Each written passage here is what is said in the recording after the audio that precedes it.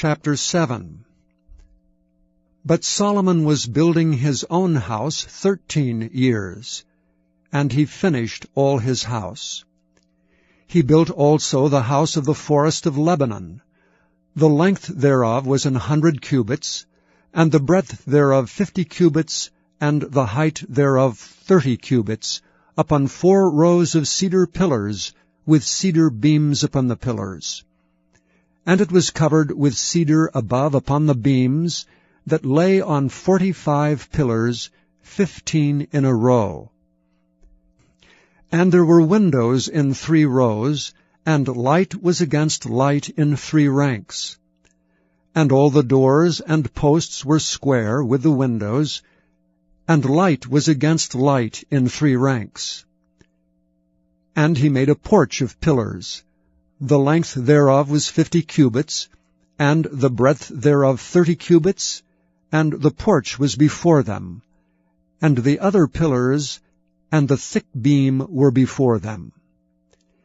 Then he made a porch for the throne where he might judge, even the porch of judgment, and it was covered with cedar, from one side of the floor to the other. And his house where he dwelt had another court within the porch, which was of the like work. Solomon made also an house for Pharaoh's daughter, whom he had taken to wife, like unto this porch. All these were of costly stones, according to the measures of hewed stones, sawn with saws within and without, even from the foundation unto the coping, and so on the outside toward the great court. And the foundation was of costly stones, even great stones, stones of 10 cubits, and stones of 8 cubits. And above were costly stones, after the measure of hewed stones and cedars. And the great court round about it was with 3 rows of hewed stones, and a row of cedar beams, both for the inner court of the house of the Lord, and for the porch of the house. And King Solomon sent and fetched Hiram out of Tyre. He was a widow's son of the tribe of Naphtali, and his father was a man of Tyre, a worker in brass. And he was filled with wisdom and understanding and cunning to work all works in brass. And he came to King Solomon, and wrought all his work. For he cast 2 pillars of brass of 18 cubits high apiece, and a line of 12 cubits did compass either of them about. And he made 2 chapiters of molten brass, to set upon the tops of the pillars. The height of the one chapiter was 5 cubits, and the height of the other chapiter was 5 cubits. And nets of checker work, and wreaths of chain work, for the chapiters which were upon the top of the pillars, 7 for the one chapiter, and 7 for the other chapiter. And he made the pillars, and 2 rows round about upon the one network, to cover the chapiters that were upon the top, with pomegranates, and so did he for the other chapiter. And the chapiters that were upon the top of the pillars were of lily work in the porch 4 cubits. And the chapiters upon the 2 pillars had pomegranates also above, over against the belly which was by the network. And the pomegranates were 200 in rows round about upon the other chapiter. And he set up the pillars in the porch of the temple, and he set up the right pillar, and called the name thereof Jachin. And he set up the left pillar, and called the name thereof Boaz. And upon the top of the pillars was lily work. So was the work of the pillars finished. And he made a molten sea 10 cubits from the one brim to the other. It was round all about, and his height was 5 cubits, and a line of 30 cubits did compass it round about. And under the brim of it round about there were knops compassing it, 10 in a cubit, compassing the sea round about. The knops were cast in 2 rows, when it was cast. it stood upon 12 oxen, 3 looking toward the north, and 3 looking toward the west, and 3 looking toward the south, and 3 looking toward the east. And the sea was set above upon them, and all their hinder parts were inward. And it was an handbreadth thick, and the brim thereof was wrought like the brim of a cup, with flowers of lilies. It contained 2,000 baths. And he made 10 bases of brass. 4 cubits was the length of one base, and 4 cubits the breadth thereof, and 3 cubits the height of it. And the work of the bases was on this manner. They had borders, and the borders were between the ledges. And on the borders that were between the ledges were lions, oxen, and cherubims, and upon the ledges there was a base above, and beneath the lions and oxen were certain additions made of thin work. And every base had 4 brazen wheels, and plates of brass, and the 4 corners thereof had undersetters. Under the laver were undersetters molten, at the side of every addition. And the mouth of it within the chapiter, and above, was a cubit, and the mouth thereof was round about after the work of the base, a cubit and a half.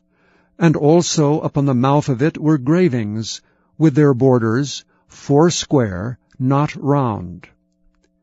And under the borders were 4 wheels, and the axle trees of the wheels were joined to the base, and the height of a wheel was a cubit and a half a cubit.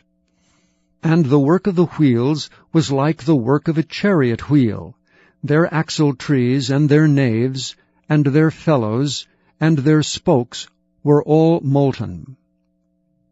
And there were 4 undersetters to the 4 corners of one base, and the undersetters were of the very base itself. And in the top of the base was there a round compass of half a cubit high. And on the top of the base the ledges thereof and the borders thereof were of the same. For on the plates of the ledges thereof, and on the borders thereof he graved cherubims, lions, and palm trees, according to the proportion of every one, and additions round about. After this manner he made the 10 bases. All of them had 1 casting, 1 measure, and 1 size. Then made he 10 lavers of brass. 1 laver contained 40 baths, and every laver was 4 cubits, and upon every one of the 10 bases 1 laver. And he put 5 bases on the right side of the house, and 5 on the left side of the house, and he set the sea on the right side of the house eastward, over against the south. And Hiram made the lavers, and the shovels, and the basins. So Hiram made an end of doing all the work that he made King Solomon for the house of the Lord. The 2 pillars, and the 2 bowls of the chapiters that were on the top of the 2 pillars, and the 2 networks to cover the 2 bowls of the chapiters which were upon the top of the pillars, and 400 pomegranates for the 2 networks, even 2 rows of pomegranates for 1 network, to cover the 2 bowls of the chapiters that were upon the pillars, and the 10 bases, and 10 lavers on the bases, and 1 sea, and 12 oxen under the sea, and the pots, and the shovels, and the basins.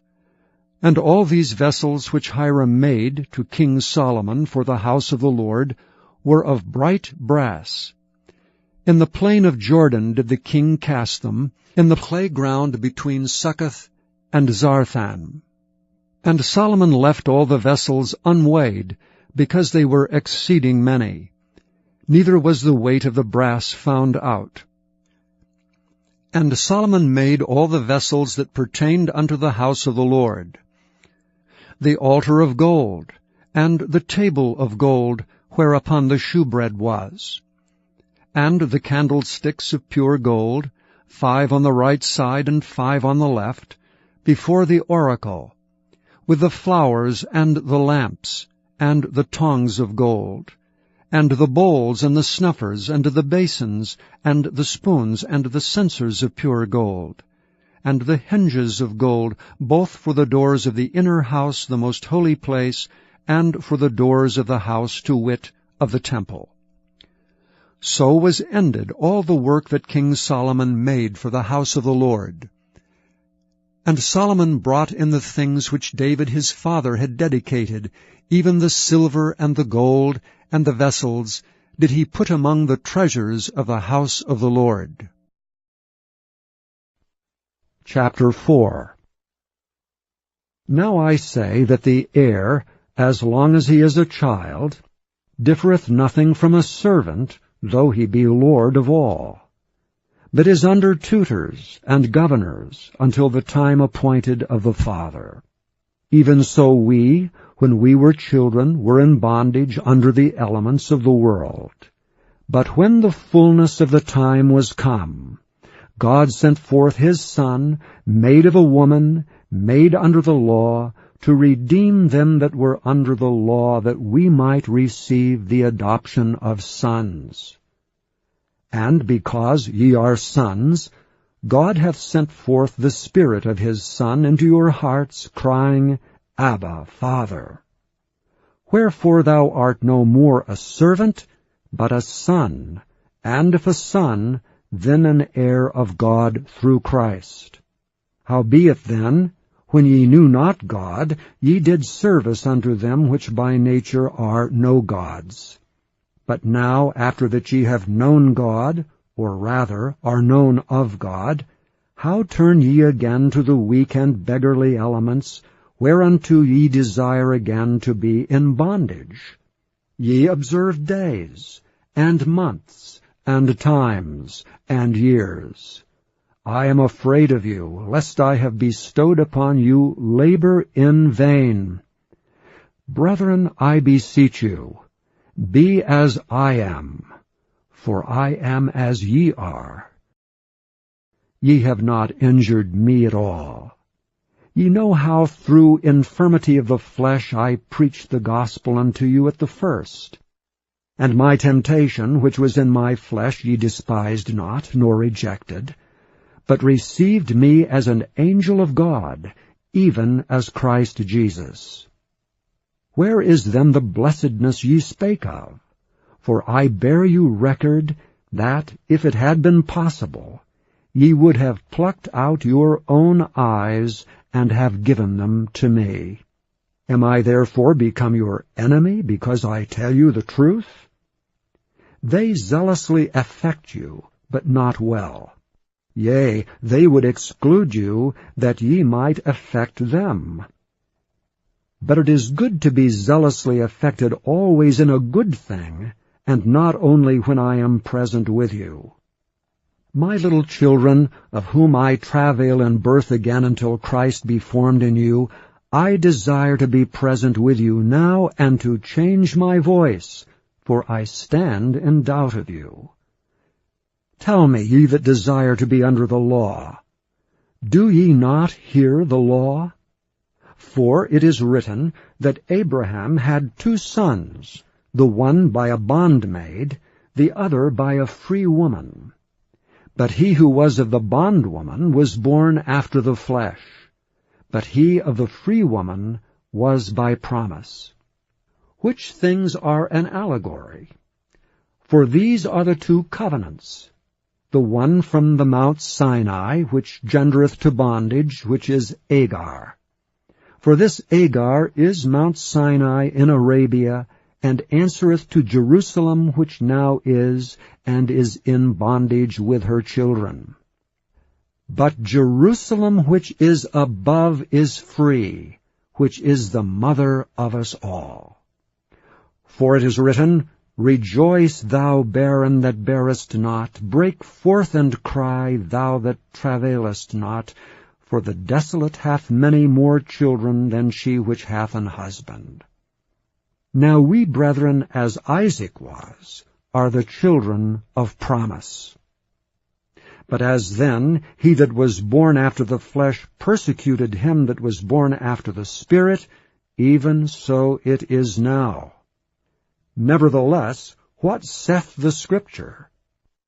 Cast out the bondwoman and her son, for the son of the bondwoman shall not be heir with the son of the free woman. So then, brethren, we are not children of the bondwoman, but of the free. Please visit YesTheBible.com.